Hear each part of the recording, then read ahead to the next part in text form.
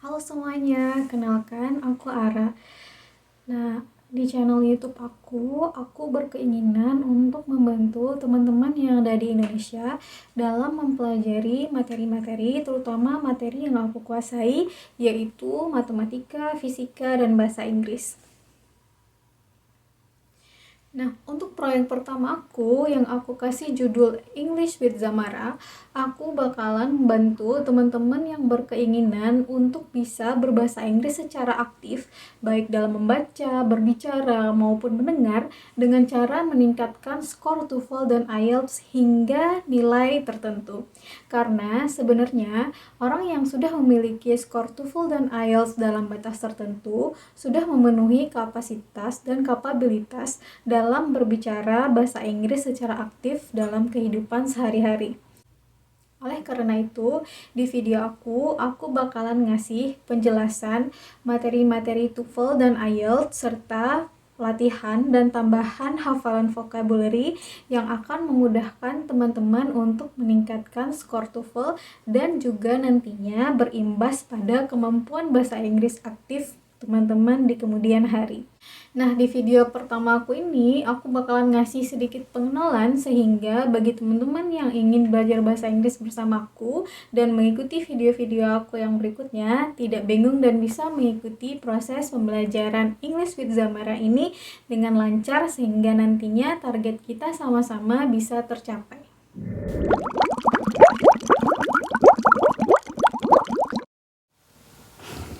Tujuan pembelajaran English with Zamara adalah agar bisa menjadi pengguna aktif dalam bahasa Inggris dengan belajar TOEFL dan IELTS. Apa sih active user atau pengguna aktif itu?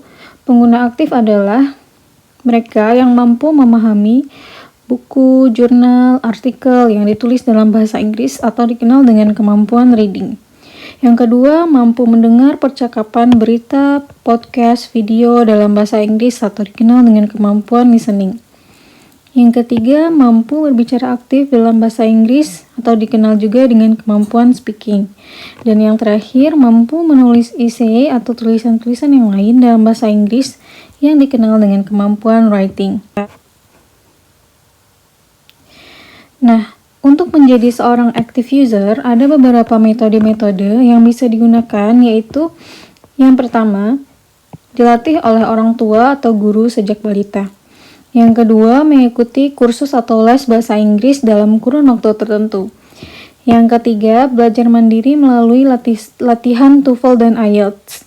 Dan yang keempat, belajar otodidak dengan metode sendiri, maksudnya tanpa menggunakan panduan-panduan yang ada di TOEFL dan IELTS.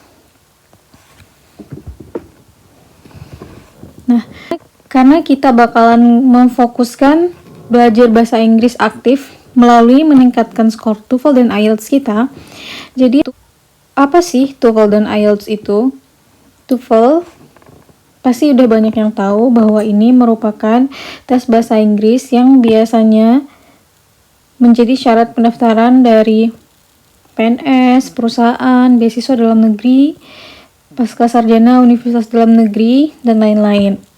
Komponen tes dari TOEFL itu listening terdiri dari 50 soal, structure dan written expression 40 soal, dan reading 50 soal.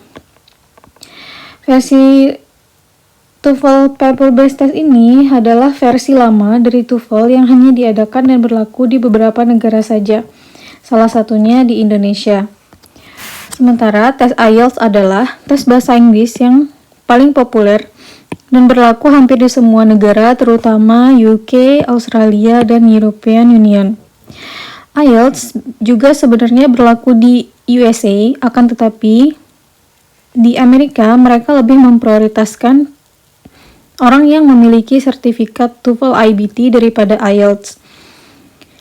Nah, untuk IELTS ini biasanya dibutuhkan untuk mendaftar beasiswa di luar negeri dan perusahaan di luar negeri dan lain-lain.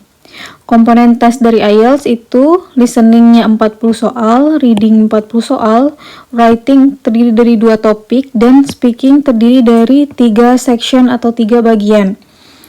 Nah, biasanya IELTS ini diselenggarakan oleh IDP, Cambridge IELTS, atau British Council. Nah, berapa sih skor minimal TOEFL dan IELTS agar bisa menjadi active user? Jadi, dalam kemampuan bahasa Inggris itu ada level-levelnya, dikenal sebagai level B1, B2, C1, dan C2. Agar menjadi orang yang bisa berbicara secara aktif, minimal kita harus bisa memenuhi dan memiliki skor TOEFL sebesar 453 sampai 588 atau setara dengan tes IELTS 5,5 sampai 6,5. Nah, di level ini dikenal sebagai level B2. Ini bisa disebut sebagai good active speaker. Sementara untuk advanced active speaker itu harus memenuhi level C1 yang setara dengan TOEFL 590 sampai 600-an atau IELTS sekitar 7. Nah, target kita setelah menyelesaikan English with Zamara ini, kita bisa mencapai skor TOEFL di antara level B2 atau C1. Nah, dari pengalaman aku pribadi, aku dulu awalnya ketika awal-awal masuk universitas atau S1, skor TOEFL aku adalah 343. Ini bisa dikatakan bahwa nilainya hampir 0 dan kemampuan bahasa Inggris benar-benar sangat-sangat rendah. Karena minimal skor TOEFL memang di sekitaran 300-an. Pada tahun 2016 setelah lulus universitas, skor TOEFL aku bisa meningkat hingga 553 dengan cara belajar mandiri dengan menggunakan buku aja, itu selama 2 bulan. Nah, pada tahun 2017, karena aku berkeinginan mendaftar S2 di luar negeri pada waktu itu, aku mengambil lagi tes IELTS dan belajar lagi mandiri selama 1,5 bulan menggunakan buku-buku yang berisi latihan-latihan IELTS dan aku bisa memperoleh skor sebesar 6,5. Nah, barusan kemarin ini aku berniat untuk mendaftar beasiswa lagi, oleh karena itu aku ambil tes IELTS lagi dengan belajar selama 2 bulan dan ini belajar yang kali ini tidak terlalu intensif, cuman beberapa jam aja dalam sehari dan juga tidak tiap hari. Itu aku bisa mendapat skor sebesar 7,0.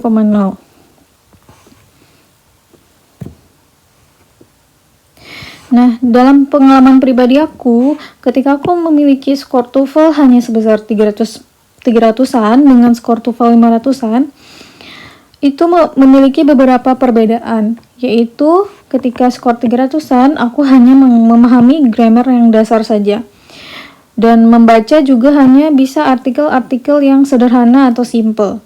Tidak bisa berbicara secara aktif dalam kehidupan sehari-hari karena mungkin juga aku tipe pemalu, jadi susah juga untuk berbicara dalam bahasa Inggris dan tidak terlalu percaya diri. Yang keempat, aku biasanya kalau nonton video-video atau mendengar audio dalam bahasa Inggris tanpa subtitle itu aku tidak bisa mengerti dan memahami sama sekali. Tidak mampu menulis dalam bahasa Inggris sama sekali, bahkan satu paragraf pun aku merasa kesulitan dan kosakata sangat terbatas.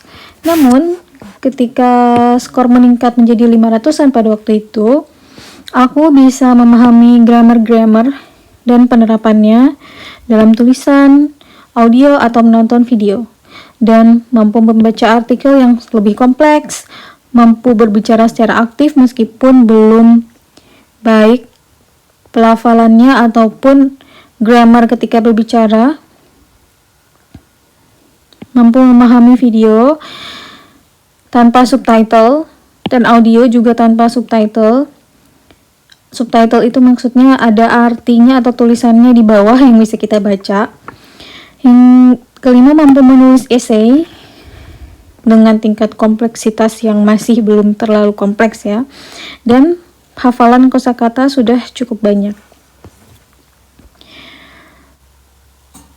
Nah, sekarang ayo kita tes ya teman-teman, udah di level berapa sih kemampuan membaca teman-teman saat ini. Jadi ini ada cuplikan teks yang biasanya bisa dipahami oleh teman-teman yang sudah berada di level B1. Kasih 1 menit.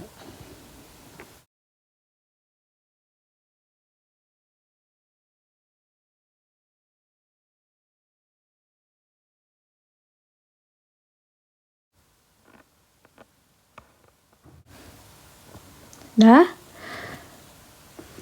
Nah, ini cuplikan reading teman-teman yang sudah bisa ada atau ada di level B2.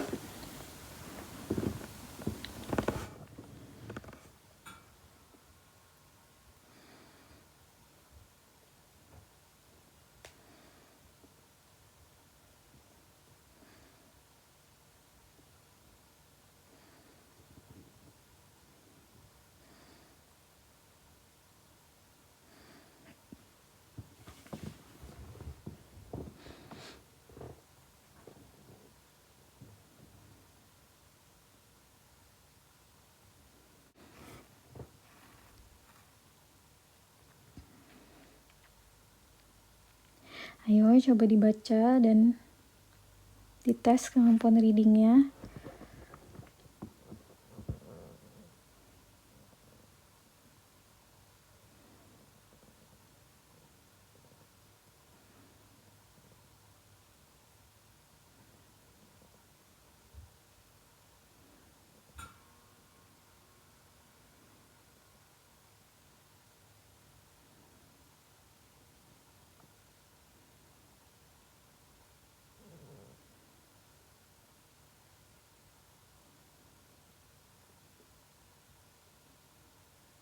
Oke, diharapkan contoh reading yang barusan bisa menjadi sedikit patokan secara umum bagi teman-teman sudah di level pemahaman bahasa Inggris yang keberapa? B1, B2, atau C1. Nah, bagi teman-teman yang level bahasa Inggrisnya masih di bawah B2, gimana sih cara kita meningkatkan kemampuan reading kita? Itu yang pertama dan yang terpenting adalah kuasai grammar. Yang kedua, perbanyak hafalan kosakata. Yang ketiga, setiap selesai mempelajari satu grammar, langsung dipraktekkan ya dengan membaca artikel di internet atau buku. Karena percuma kalau kita tahu banyak grammar dan akhirnya nanti lupa, dan ketika membaca kita nggak ingat lagi dan tidak pernah dipraktekkan gitu. Dan yang keempat dan juga yang penting adalah harus dilakukan secara terus-menerus atau continue. Karena belajar bahasa itu adalah seperti kebiasaan atau tradisi. Jadi, semakin kita sering menggunakan bahasa tersebut, maka akan semakin kita terbiasa dengan bahasa itu dan semakin mudah pula kita mengekspresikan diri kita, pikiran kita dengan menggunakan bahasa tersebut. Nah, karena yang pertama tadi kita harus belajar grammar, pasti semuanya bakalan mikir ada banyak banget grammar bahasa Inggris. Nah, jadi grammar apa aja sih yang penting dipelajari untuk bisa meningkatkan kemampuan reading kita? Nah, karena ada banyak sekali grammar itu, jadi kita butuh panduan untuk memilah atau memilih grammar mana saja yang harus kita pelajari. Oleh karena itu, agar tidak bingung dan tidak tersesat mencari-cari sendiri, maka kita cukup untuk mempelajari grammar-grammar yang ada di TOEFL saja. Jika kita sudah bisa memahami grammar di TOEFL dengan baik, maka nanti secara otomatis kita juga bisa memahami IELTS, tes IELTS, dan juga secara otomatis bisa menerapkannya dalam kehidupan sehari-hari. Nah, oleh karena itu, di English with Zamara ini yang akan kita tekankan adalah seperti yang udah aku bilang juga di sebelumnya, kita akan mempelajari grammar-grammar untuk tes TOEFL dan juga hafalan kosakata agar kosakatanya makin kaya, sehingga teman-teman bisa berada di level pemahaman B2 atau C1. Dan dengan memiliki skor TOEFL yang cukup tinggi, sehingga kepercayaan diri cukup tinggi, pengetahuan cukup tinggi, sehingga teman-teman semua bisa menjadi pembaca aktif dalam bahasa Inggris. Nah, ini untuk yang pertama ya, membaca dulu. Nanti untuk yang berikutnya baru listening, speaking, dan writing. Jadi ini skema pembelajarannya.